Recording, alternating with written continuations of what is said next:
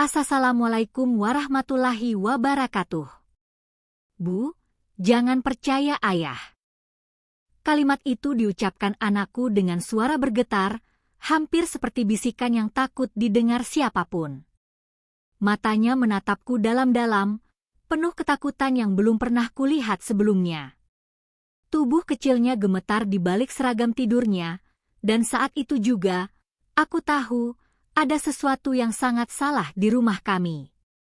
Namaku Rina. Aku seorang ibu dari satu anak laki-laki berusia 9 tahun bernama Arga. Selama ini, aku percaya hidupku baik-baik saja. Tidak sempurna, tapi cukup bahagia. Aku punya suami yang pekerja keras, rumah yang sederhana, dan anak yang selalu menjadi alasan aku bertahan dalam segala keadaan. Suamiku, Doni, adalah pria yang tenang. Tidak banyak bicara, tapi selalu bertanggung jawab. Ia bekerja sebagai supervisor di sebuah perusahaan logistik. Pulang malam sudah menjadi hal biasa baginya. Aku tidak pernah curiga. Aku selalu berpikir, semua itu ia lakukan demi kami. Malam itu, seperti biasa, aku sedang melipat pakaian di kamar ketika Arga masuk perlahan. Wajahnya pucat. Matanya sembab, seperti habis menangis. Ibu, suaranya kecil. Aku langsung menghentikan kegiatanku. Kenapa, nak? Ia tidak langsung menjawab. Ia hanya berdiri di dekat pintu, seolah ragu untuk mendekat. Lalu perlahan, ia berjalan ke arahku dan memegang tanganku erat. Tangannya dingin. Bu, jangan percaya ayah. Dunia rasanya berhenti. Aku menatapnya bingung. Maksudnya apa? Ia menggeleng cepat, seperti menyesali kata-katanya sendiri. Tapi air matanya mulai jatuh. Arga takut, bisiknya. Jantungku mulai berdetak tidak tenang. Selama ini, Doni tidak pernah kasar. Tidak pernah menyakiti kami. Ia memang pendiam, tapi bukan pria yang menakutkan. Aturannya ayah baik, kan? Tanyaku hati-hati. Arga tidak menjawab. Ia hanya memelukku erat. Pelukan itu berbeda. Bukan pelukan manja seperti biasanya. Tapi pelukan seseorang yang sedang mencari perlindungan. Dan saat itulah, untuk pertama kalinya, rasa takut mulai tumbuh di dalam hatiku. Aku mencoba menenangkan Arga, mengelus punggungnya perlahan sampai ia sedikit lebih tenang. Aku membawanya ke tempat tidur, menyelimutinya, dan menemaninya sampai ia terlelap. Tapi bahkan dalam tidurnya, wajahnya masih terlihat tegang. Aku duduk di sampingnya, menatap wajah polos anakku, dan pikiranku mulai dipenuhi pertanyaan. Apa yang sebenarnya terjadi? Apa yang dilihatnya? Apa yang ia ketahui, yang tidak ku ketahui? Suara pintu depan terbuka memecah kesunyian rumah. Doni pulang. Aku langsung menoleh ke arah pintu kamar. Langkah kakinya terdengar berat, seperti biasa. Tidak ada yang berbeda. Tidak ada tanda-tanda aneh. Tapi entah kenapa, malam itu, suara langkahnya membuat bulu kuduku merinding. Aku berdiri perlahan. Dan untuk pertama kalinya sejak kami menikah 10 tahun lalu, aku merasa takut bertemu dengan suamiku sendiri. Aku keluar dari kamar Arga dengan langkah pelan, berusaha agar lantai tidak berderit. Lorong rumah terasa lebih gelap dari biasanya. Lampu ruang tamu menyala redup, memantulkan bayangan panjang di dinding. Doni sedang melepas sepatu ketika aku melihatnya. Ia tampak seperti biasa. Kemeja kerjanya sedikit kusut. Wajahnya lelah. Ia bahkan tersenyum kecil saat menyadari aku berdiri di ujung lorong. Kok belum tidur? Tanyanya santai. Suara itu. Suara yang sudah 10 tahun menemaniku. Tidak ada nada kasar. Tidak ada kemarahan. Hanya lelah. Aku mencoba tersenyum. Nunggu kamu. Ia mengangguk pelan lalu berjalan ke arah dapur untuk mengambil air minum. Gerakannya tenang. Terlalu tenang. Aku memperhatikan setiap detail kecil. Cara ia menaruh tasnya. Cara ia membuka tutup botol. Cara ia menghela napas setelah minum. Apa yang sebenarnya Arga lihat? Ada apa? Tanya Doni tiba-tiba, menyadari aku terus menatapnya. Enggak apa-apa, jawabku cepat. Ia menatapku beberapa detik lebih lama, seolah mencoba membaca pikiranku. Lalu ia mengalihkan pandangan. Arga sudah tidur. Iya. Dia tadi kenapa? Kok mukanya aneh waktu aku berangkat pagi? Jantungku seperti berhenti sesaat. Jadi Doni juga melihat perubahan itu? Aku mencoba terdengar biasa. Mungkin capek sekolah. Doni mengangguk pelan. Tapi ada sesuatu di wajahnya. Sekilas saja. Seperti bayangan kekhawatiran atau mungkin kewaspadaan. Ia lalu berjalan melewatiku menuju kamar. Saat ia melintas, aroma parfumnya tercium samar.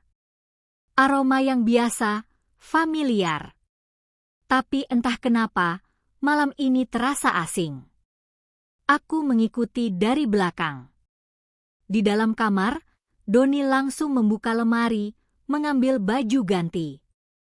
Ia tidak banyak bicara. Biasanya ia akan menceritakan sedikit tentang pekerjaannya. Tapi malam ini, ia diam. Keheningan itu membuat pikiranku semakin bising. Saat ia hendak masuk ke kamar mandi, aku memberanikan diri bertanya. Mas. Ia berhenti dan menoleh. Iya. Aku menelan ludah. Kamu? Ada masalah di kantor? Ia mengernyit sedikit. Enggak. Kenapa? Enggak tahu. Cuma nanya. Ia menatapku lebih dalam. Lalu tersenyum tipis. Kamu aneh malam ini. Dan kalimat itu membuat dadaku terasa sesak. Aneh. Padahal yang terasa aneh justru rumah ini. Suasana ini. Tatapan Arga tadi. Doni masuk ke kamar mandi. Pintu tertutup. Suara air mengalir. Aku berdiri diam di tengah kamar, mencoba menyusun logika. Mungkin Arga salah lihat. Mungkin ia hanya mimpi buruk. Anak-anak kadang punya imajinasi liar. Tapi bisikan itu terlalu jelas. Bu, jangan percaya ayah. Bukan, aku takut ayah marah. Bukan, ayah jahat. Tapi jangan percaya. Artinya, ada sesuatu yang disembunyikan. Tiba-tiba aku teringat satu hal kecil. 3 malam lalu, aku terbangun sekitar pukul 2 dini hari. Tempat tidur di sebelahku kosong. Aku mengira Doni ke kamar mandi. Tapi ketika aku keluar kamar, rumah gelap. Sunyi. Dan pintu belakang sedikit terbuka. Saat itu aku tidak terlalu memikirkannya. Sekarang, ingatan itu terasa berbeda. Suara air dari kamar mandi masih mengalir. Dan untuk pertama kalinya, aku mulai bertanya dalam hati. Kemana sebenarnya suamiku pergi di tengah malam? Ingatan itu terus berputar di kepalaku. Malam itu, aku ingat dengan jelas bagaimana aku berdiri di depan pintu belakang yang sedikit terbuka. Angin malam masuk perlahan, membuat tirai dapur bergerak pelan. Rumah terasa dingin, tidak hanya karena udara, tapi karena perasaan aneh yang tiba-tiba muncul tanpa alasan yang jelas. Aku sempat memanggil nama Doni pelan. Tidak ada jawaban. Aku berpikir mungkin ia keluar sebentar untuk mengambil sesuatu di luar. Atau mungkin ia hanya duduk di teras. Aku tidak ingin berpikir yang aneh-aneh, jadi aku kembali ke kamar dan menunggunya. Sekitar 10 menit kemudian, ia masuk kembali. Aku berpura-pura tidur saat itu. Tapi dari celah mataku yang sedikit terbuka, aku melihatnya berdiri diam di dekat pintu kamar. Ia tidak langsung masuk ke tempat tidur. Ia hanya berdiri. Diam. Seolah memastikan sesuatu. Saat itu, aku tidak mengerti kenapa ia bersikap seperti itu. Sekarang, semuanya terasa berbeda. Suara pintu kamar mandi terbuka membuatku tersentak kembali ke kenyataan.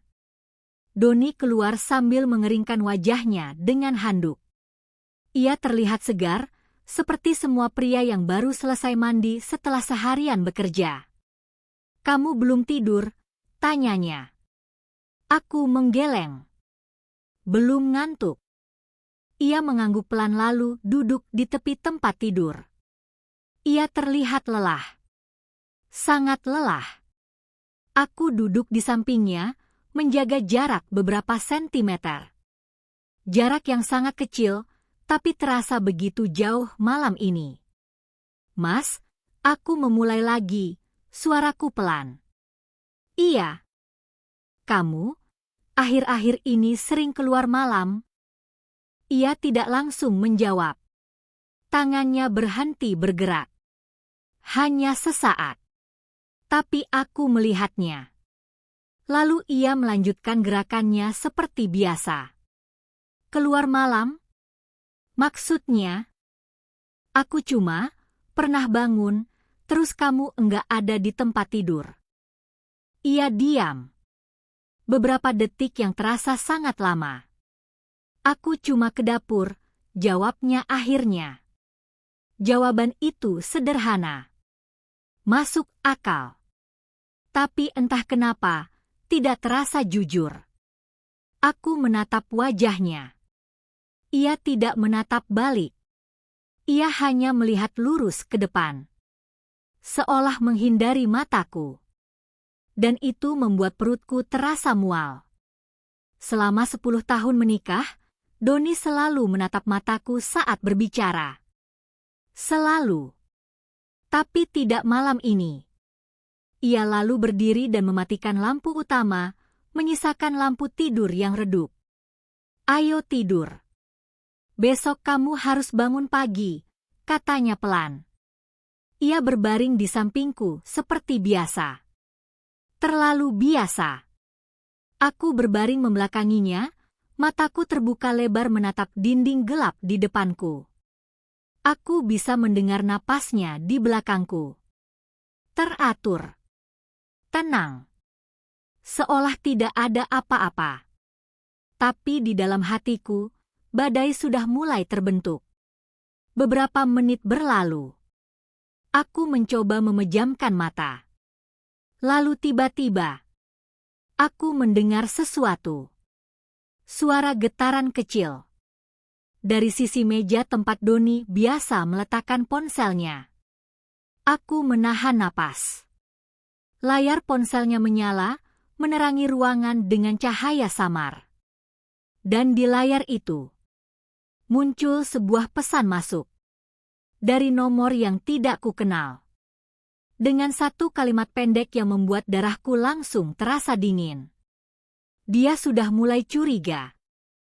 Jantungku berhenti berdetak seolah seseorang menekan tombol jeda dalam hidupku. Dia sudah mulai curiga. Kalimat itu masih menyala di layar ponsel Doni, menerangi kamar yang gelap dengan cahaya pucat kebiruan. Aku membeku. Tubuhku kaku, tapi pikiranku berlari liar. Dia. Siapa dia? Aku, atau Arga? Napas Doni di belakangku tetap teratur. Ia tampak tertidur. Atau setidaknya berpura-pura tidur. Aku tidak berani bergerak terlalu cepat. Sedikit saja kasur bergeser, ia pasti sadar. Layar ponsel itu akhirnya redup kembali. Tapi kalimat itu sudah terlanjur terukir di kepalaku. Aku menelan ludah. Tanganku berkeringat. Selama ini aku percaya pada suamiku tanpa ragu. Tidak pernah mengecek ponselnya.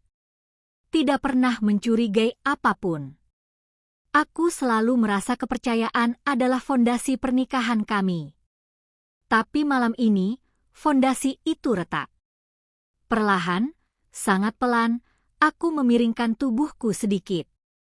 Cukup untuk melihat wajah Doni dari sudut mata. Matanya tertutup. Wajahnya tenang. Terlalu tenang. Aku menunggu beberapa menit lagi, memastikan napasnya benar-benar dalam. Lalu dengan hati-hati, aku menggeser tanganku ke arah meja kecil di samping tempat tidur. Jaraknya hanya beberapa sentimeter. Tapi terasa seperti jurang. Ujung jariku hampir menyentuh ponselnya ketika Doni bergerak. Aku langsung menarik tanganku dan memejamkan mata, pura-pura tidur. Ia berbalik menghadapku. Aku bisa merasakan tatapannya di wajahku. Beberapa detik yang terasa seperti selamanya. Lalu ia menghela napas pelan dan kembali membelakangiku. Jantungku hampir meledak. Aku tidak berani mencoba lagi malam itu. Aku hanya bisa berbaring dalam gelap, memeluk diriku sendiri, menunggu pagi dengan pikiran yang kacau. Dia sudah mulai curiga. Kalimat itu terus terngiang. Kalau yang dimaksud adalah aku, berarti ada sesuatu yang memang harus kucurigai. Tapi kalau yang dimaksud adalah Arga, tubuhku langsung terasa dingin. Kenapa anakku? Apa yang sebenarnya terjadi? Entah kapan aku akhirnya tertidur. Yang jelas, tidurku tidak nyenyak. Dipenuhi mimpi aneh tentang lorong gelap dan pintu yang tidak bisa kubuka. Pagi datang terlalu cepat. Sinar matahari masuk melalui celah tirai, seolah tidak peduli bahwa hidupku baru saja berubah. Doni sudah bangun lebih dulu. Tempat di sampingku kosong. Aku langsung duduk. Ponselnya tidak ada di meja. Dari dapur terdengar suara piring beradu pelan. Suara Arga juga terdengar, tapi sangat lirih. Aku berdiri dan berjalan keluar kamar. Di ruang makan, Doni sedang menuangkan susu ke gelas Arga. Wajahnya kembali seperti biasa. Tenang. Hangat. Pagi, katanya saat melihatku. Aku tidak langsung menjawab. Aku menoleh ke arah Arga. Anakku tidak berani menatap ayahnya. Ia hanya menunduk. Dan di detik itu, aku tahu satu hal dengan pasti. Apapun yang disembunyikan Doni, bukan hanya tentangku, tapi tentang anak kami juga. Aku berdiri di ambang pintu ruang makan, memperhatikan mereka berdua dalam diam. Pemandangan itu seharusnya terasa hangat. Seorang ayah menuangkan susu untuk anaknya sebelum berangkat sekolah. Hal sederhana yang selalu membuatku merasa bersyukur memiliki keluarga ini. Tapi pagi ini, semuanya terasa berbeda. Doni tersenyum kecil pada Arga. Diminum dulu, nanti kamu telat. Arga mengangguk pelan. Tapi tangannya yang memegang gelas terlihat kaku. Ia tidak langsung minum. Ia hanya menatap susu itu, seolah pikirannya berada di tempat lain. Doni lalu menoleh padaku. Kamu mau teh atau kopi? Pertanyaan biasa. Suara biasa. Wajah biasa. Aku memaksakan senyum tipis. Teh saja. Ia mengangguk dan berbalik ke dapur. Gerakannya tetap tenang, seperti tidak ada yang berubah. Tapi sekarang, setiap gerakannya justru membuatku semakin gelisah. Aku duduk di samping Arga. Pelan, sangat pelan, aku menyentuh tangannya di bawah meja. Tangannya dingin. Ia menoleh padaku. Matanya terlihat lelah. Seperti tidak tidur nyenyak semalaman. Aku mencoba tersenyum untuk menenangkannya. Tapi jauh di dalam hatiku, aku sendiri tidak tenang. Doni kembali membawa secangkir teh dan meletakkannya di depanku. Jari kami sempat bersentuhan.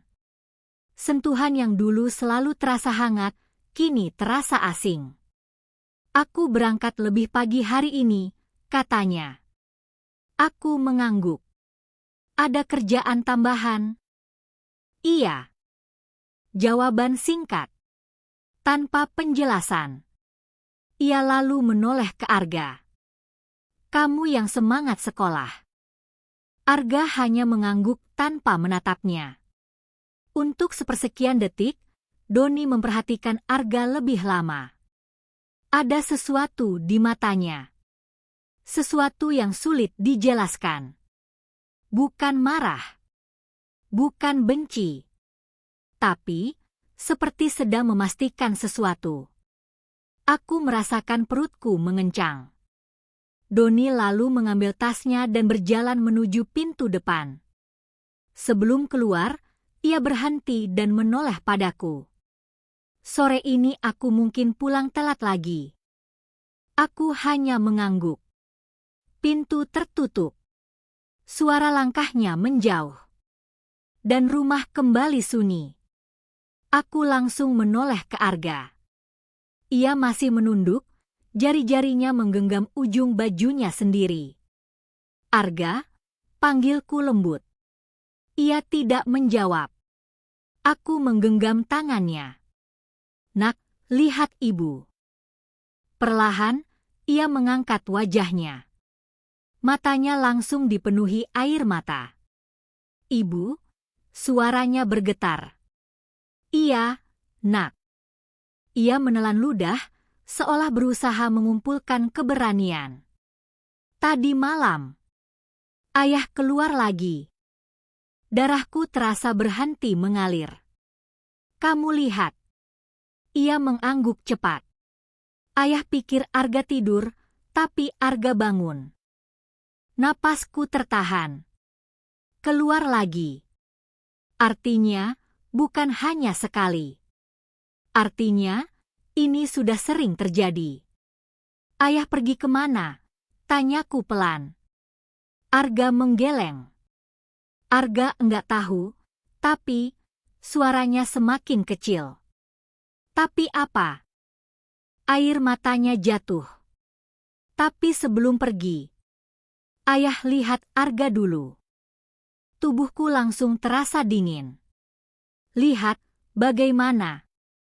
Arga menggigit bibirnya. Seperti memastikan Arga tidur. Dunia terasa runtuh perlahan. Karena itu berarti satu hal. Suamiku tidak hanya menyembunyikan sesuatu dariku. Tapi ia juga memastikan anak kami tidak mengetahuinya. Aku tidak langsung bisa menjawab. Tanganku masih menggenggam tangan Arga, tapi kini justru tanganku yang terasa lebih dingin. Pikiranku berputar, mencoba memahami semua potongan kecil yang mulai membentuk gambaran yang menakutkan. Sudah berapa lama ini terjadi? Sudah berapa lama suamiku meninggalkan rumah di tengah malam tanpa sepengetahuanku? Dan yang paling menyakitkan, kenapa ia harus memastikan anaknya sendiri benar-benar tertidur sebelum pergi? Aku menarik Arga ke dalam pelukanku. Tubuh kecilnya terasa rapuh. Ia memelukku erat, seolah aku adalah satu-satunya tempat yang aman baginya. Ibu, bisiknya pelan. Ayah marah kalau tahu Arga bangun. Aku langsung membeku. Marah, ulangku lirih. Arga mengangguk di bahuku. Bukan marah, tapi ayah lihat Arga lama sekali. Arga takut. Kalimat itu seperti pisau yang menusuk dadaku pelan-pelan. Doni bukan pria yang mudah marah. Ia selalu sabar. Selalu tenang. Tapi tatapannya membuat anakku takut. Itu bukan sesuatu yang bisa diabaikan. Aku mengusap rambut Arga perlahan, berusaha menenangkan kami berdua. Tidak apa-apa, Nak. Ibu ada di sini. Tapi jauh di dalam hatiku, aku sendiri tidak yakin dengan kata-kataku. Setelah Arga berangkat sekolah, rumah terasa kosong. Terlalu kosong. Aku duduk sendirian di ruang tamu, menatap pintu depan yang tadi dilewati Doni. Pintu yang sama yang mungkin juga ia lewati setiap malam tanpa sepengetahuanku. Aku mencoba mengingat kembali beberapa bulan terakhir. Hal-hal kecil yang dulu terasa biasa, kini terasa mencurigakan. Doni sering membawa ponselnya kemana-mana. Bahkan ke kamar mandi. Ia mulai mengunci layar dengan sandi. Padahal sebelumnya tidak pernah. Ia sering pulang larut dengan alasan pekerjaan tambahan. Dan beberapa kali, aku terbangun di malam hari dan mendapati tempat di sebelahku kosong. Semua potongan itu kini mulai terhubung. Tanganku mulai gemetar. Aku berdiri dan berjalan ke kamar. Lemari Doni berdiri di sudut ruangan. Selama ini, aku tidak pernah merasa perlu membuka barang-barangnya tanpa izin. Tapi sekarang, perasaan itu berbeda. Ini bukan tentang melanggar privasi. Ini tentang melindungi keluargaku. Dengan napas tertahan, aku membuka pintu lemari itu perlahan. Baju-bajunya tergantung rapi seperti biasa. Tidak ada yang aneh. Aku hampir menutupnya kembali ketika sesuatu menarik perhatianku. Di bagian bawah lemari, ada sebuah tas kecil berwarna hitam. Aku belum pernah melihatnya sebelumnya. Jantungku mulai berdetak lebih cepat. Perlahan, aku mengambil tas itu.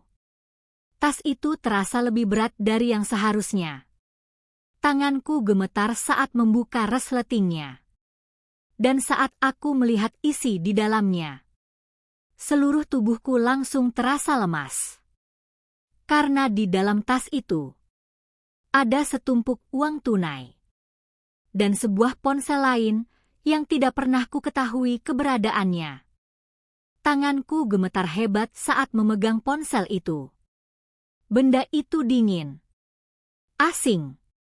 Tidak familiar sama sekali. Bukan ponsel yang biasa digunakan Doni. Bukan ponsel yang pernah kulihat sebelumnya. Artinya, suamiku memiliki kehidupan lain yang benar-benar disembunyikan dariku. Aku menatap layar hitamnya. Tidak ada notifikasi. Tidak ada cahaya. Hanya pantulan wajahku sendiri yang terlihat pucat dan penuh ketakutan. Aku ragu. Sangat ragu. Tapi rasa takutku kalah oleh rasa ingin tahu. Dengan jari gemetar, aku menekan tombol di sampingnya. Layar menyala. Jantungku langsung berdegup lebih kencang. Ada layar kunci. Dan tidak terkunci. Tidak ada sandi. Seolah pemiliknya tidak pernah menyangka ponsel ini akan ditemukan. Layar utama muncul. Kosong. Tidak ada foto keluarga. Tidak ada aplikasi media sosial. Tidak ada apapun selain satu aplikasi pesan. Tanganku terasa berat saat menyentuhnya. Aku membukanya. Dan disitulah duniaku benar-benar runtuh. Ada satu percakapan yang masih terbuka. Tanpa nama. Hanya nomor. Aku membaca pesan terakhir yang dikirim. Semalam aman. Napasku tercekat. Aku menggulir ke atas. Pesan demi pesan mulai terbuka. Pendek. Dingin. Tanpa emosi. Jam yang sama malam ini. Jangan sampai dia tahu. Aku sudah siapkan semuanya. Setiap kalimat terasa seperti pukulan ke dadaku. Dia. Kata itu terus muncul. Dia. Dia. Dia. Siapa dia? Aku atau Arga?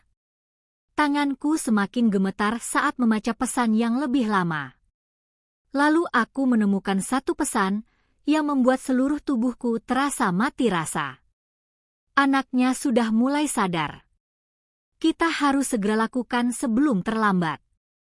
Ponsel itu hampir jatuh dari tanganku. Anaknya. Itu berarti Arga. Air mataku langsung jatuh tanpa bisa kutahan. Apa yang mereka maksud? Lakukan apa? Kenapa anakku? Kenapa Arga? Aku mundur selangkah, napasku memburu. Dunia di sekitarku terasa berputar. Rumah yang selama ini terasa aman, tiba-tiba terasa seperti tempat asing yang penuh ancaman.